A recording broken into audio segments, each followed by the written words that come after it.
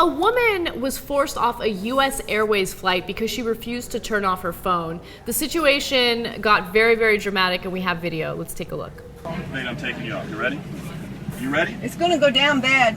Are you ready? Because here it comes. It's early in the morning. All Here these it people comes. want to go. Here it They're gonna go. I want to go too. That's what he said. Let's go. I want to go too. Don't put those Don't on you me. fight me because Oh, let me this, tell you please, something. come on. Are you kidding me? Are you kidding me?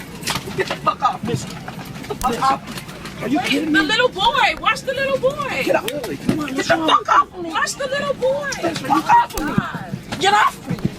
Are you kidding me? Handcuff this. Get the fuck off of me. Handcuff. Just get her arms. Wow. And it escalated to the point where she had to get arrested, understandably so, because she was really difficult to deal with. So Yeah. it all started because she was talking on her phone, and she refused to turn off her phone so the flight can take off. And, her response was, I will hold up this whole fucking plane. And she continued to say, I don't care where people gotta go. I care where people gotta go. You're holding up a plane, man.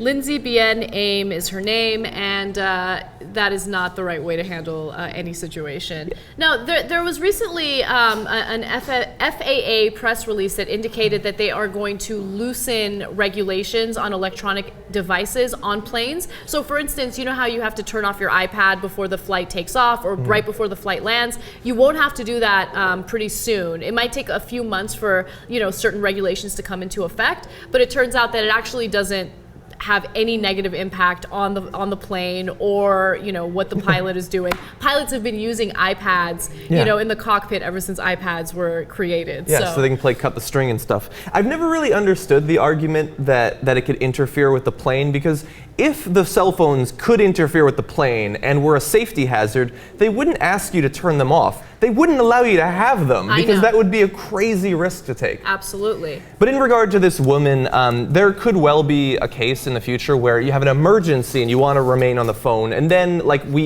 I would be on the exact opposite side of this. I don't like when people don't understand the context. But in this case, it's a plane. People want to take off. You're going to make them late. They might miss connecting flights and things like that.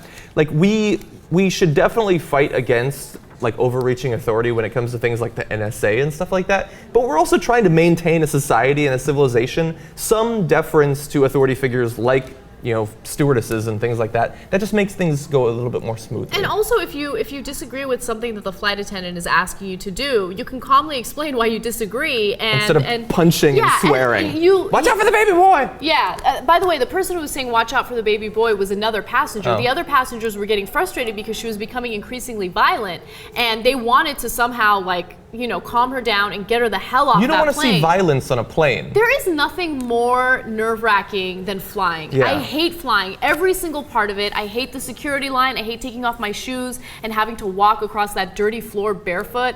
Oh, it's disgusting. I hate that you have to go through machines that might give you cancer, but the jury is still out on that. I hate the pat downs. The nudity of the shots. I hate that the plane sometimes smells really bad, but you can't escape it.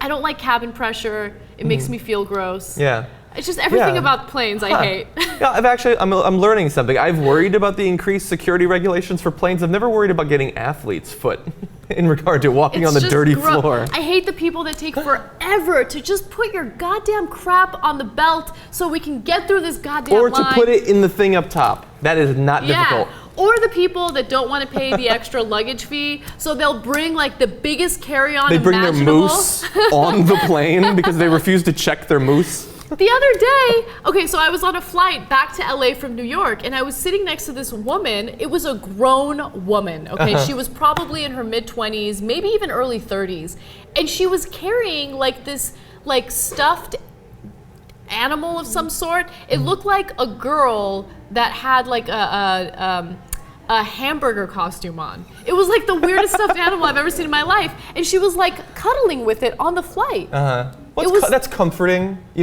Flying is stressful, so you want your hamburger girl. I almost took a picture of it for Instagram, but then I felt bad. I was like, I can't.